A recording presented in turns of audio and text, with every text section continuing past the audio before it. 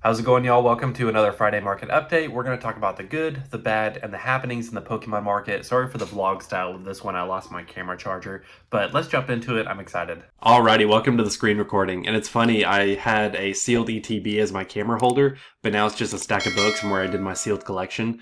So I kind of need an office redo, which is kind of a hint at next week's sponsor I'm excited about, but more info on that later.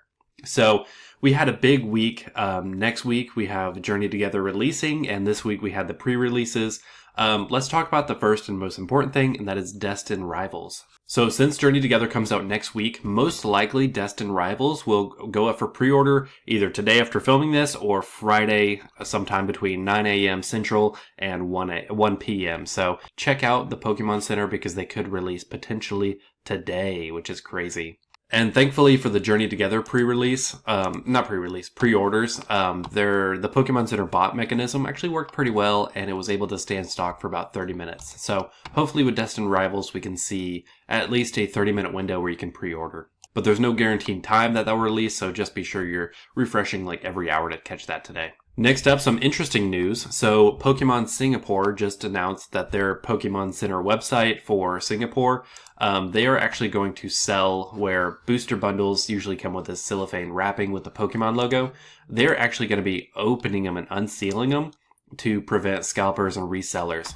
Now, I don't know how I feel about this because there are a lot of people who have sealed collections and they like keeping it in the cellophane, but I think it's a risky move, a very bold move, and but I think it's a good step forward to show at least they're trying to combat the scalpers and bots somehow.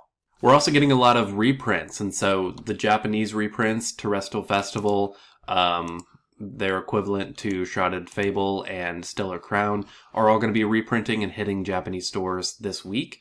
And then for American sets, we have Twilight Masquerade, Paldean Fates, all that kind of stuff slated for reprints. So hopefully we'll see some more stuff on the shelves as things become more commonplace. And then finally, since Journey Together is releasing next week, we got some pre-release events this week at some TCG stores and all that kind of stuff. So now we have the official full list of Journey Together. There's some really amazing IRs and SIRs. So I'm excited to get my hands on some of those next Friday and see those in person. Apparently the hit rates look pretty good. People are starting to hit some pretty great stuff, which is good because if hit rates are common, then prices may not skyrocket. Because we saw a problem with Prismatic Evolutions, where the hit rates were so bad that the SIRs of the Evolutions, they're just like hundreds and even $1,000 for some just because they were so rare. So if we can see some good hit rates and Journey Together, we may see some of those prices go down, which I'm really hoping for.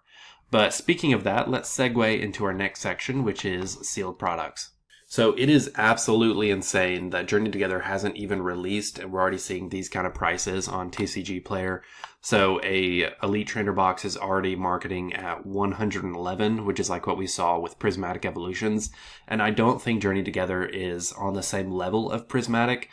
I think it's still going to be popular, but I think Prismatic was just a crazy situation, and these resellers are kind of rolling off the hype of that set. So I don't think we'll see as many people paying these kind of absorbent, whatever the word is, prices like they were in Prismatic. So I'm hoping once this actually releases, we'll see these prices go down. Also, for the market as a whole, here's some data that I found. I found this chart online for how much people are spending on TCG Pocket, which is the mobile app. So people, like, it tracks how much people spend on the app, which is kind of a good indicator on how popular and how willing people are to spend money. So you can see in November, it had an absolute peak of $200 million being spent on the app. And then since then, December to January, it's just gone down from there. I couldn't find February quite yet, but it is good seeing that spending morale is a bit lower and people are kind of not willing to pay a bunch for Pokemon. So hopefully that'll be translated into the Pokemon TCG market, but I'll continue looking into this and checking out that data because I do think overall morale is incredibly low right now. All right, so let's talk about cards going up. Right now we have Mimikyu V. This one is actually trending on social. We can see a lot of people have purchased it. I haven't seen the video promoting it, but I think just in general, people on social are really into this card right now, and it's trending, as we can see, quite a bit. So early March it was selling at 33, and now it's all the way up to 62. I think that is highly overvalued for this card. So what I would recommend doing is, if you're into selling cards to make a profit off of them, I would look at selling, if you have any of these Mimikyu Vs, because it's in really high demand right now, and it's incredibly overvalued. So you'll get quite the bang for your buck. All right, so next up is Drampa 184 from Temporal Forces. It's not a very popular Pokemon, but it is a Dragon type, which are pretty good in the long run. Dragon types catch on over time and get more popular as they're introduced in more games. And this is a fairly new Pokemon. So the artwork is super cool. And if we go down here to the chart, we can see, other than this spike in sales right here on January 8th, it has had organic and steady growth since December. So it almost doubled in price since December. And then looking at 6 months, it's just gone up quite a bit. And the amount of sales has held pretty steady. Let's check out 1 year. Yeah. I mean, we're in such a market boom right now. A lot of charts look like this. So it's very possible the whole market could crash and go back down. But we are seeing some good steady growth on this card. Another trending one is Clive 236 from Paldean Fates. I think people just like the art style and how many characters are in this. It's a very unique card. It's kind of like Where's Waldo? But it's a very like personality type card. You can see all their personality showing out, especially him.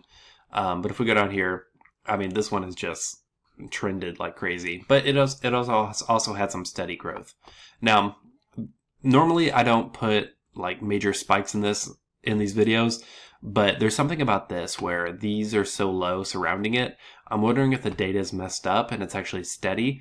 And we're just seeing some of these data points right here in this middle column. So I'm not sure. I would keep an eye on this card to see what it does in the future. And then, to no one's surprise, the Mega cards are increasing in value. Ever since Pokemon released that they're bringing back Mega cards in August and September, all the old Mega cards from XY and that area, or that era, couldn't think of the word, have just increased. So this Mega Mewtwo EX 159 from XY, we can see it has just gone up. Low amount of sales just because it is an older card, but we can see in February it was 52 and now it's 76. So I think as we get closer to the Mega era of Scarlet and Violet, I think these will get more popular.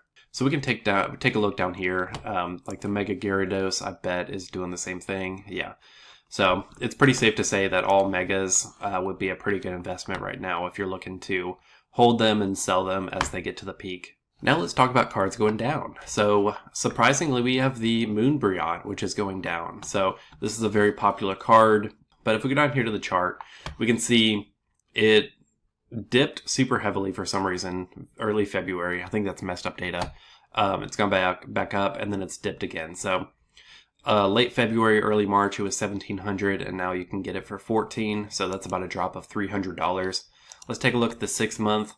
Yeah, we can see it's just the sales have steadily decreased, and I think, I mean, it's an expensive card. So for people to be able to afford this, there's few people who can. So I think this card is slowly declining, but overall, this card will definitely hold its value long term. And then next up, I'm manifesting that this Lugia V will decrease. I'm really hoping it does because I want this card so bad. But if we go down here, the chart, I've been watching it for a while. It kind of capped out mid-February and leveled out. And we can see some decreased sales. And then early March was 300, and now it's dipped below 300 to 295. Check out 6 months. It's just, while it has steadily increased, it is starting to round out. And so it's kind of at a breaking point where it could either level out and keep going up or level out and go down.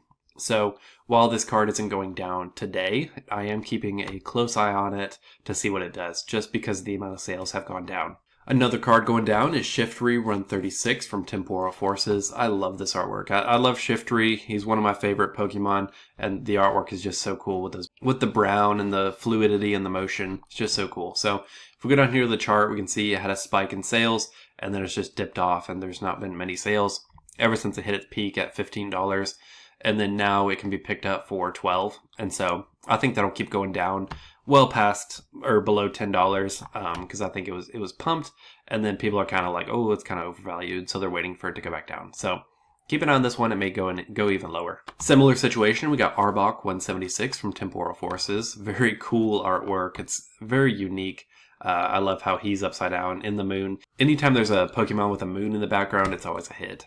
So if we look here, it's spiked up because of a high amount of sales in early February, and then it's kind of steadily declined. So it went from 22, and then now it's sitting at 18 with kind of a decreased amount of sales. So I could see this one going a little further, maybe down to 15 in the low teens, but I'm definitely keeping an eye on this one to hopefully pick up. And then like other V-Stars that we've seen since they're going out of rotation in April, the Lucario V-Star, the Sword and Shield promo, is going down. This one was a very popular card, and I think it was one people were picking up because they think it was going to be a good investment. As we can see here, 557 items, just a large amount of items sold, and then it's just kind of declined from its peak. So February, $6 at its peak, and now it's at $4.55. So hopefully this one will keep going down a little bit more. There were a lot of prints of this card. But yeah, the market is really hot right now. It was hard to find cards going down, and it's incredibly frustrating seeing all these singles. It's hard to find an illustration rare for under $10 now. I haven't really bought in a long time because I'm kind of waiting for prices to go down. But we'll see what happens next week with Journey Together. I really hope it's not another prismatic situation, but I think it will be until I don't even know when. But thanks for watching. I hope it was informative, and I will see you next week. Happy Friday.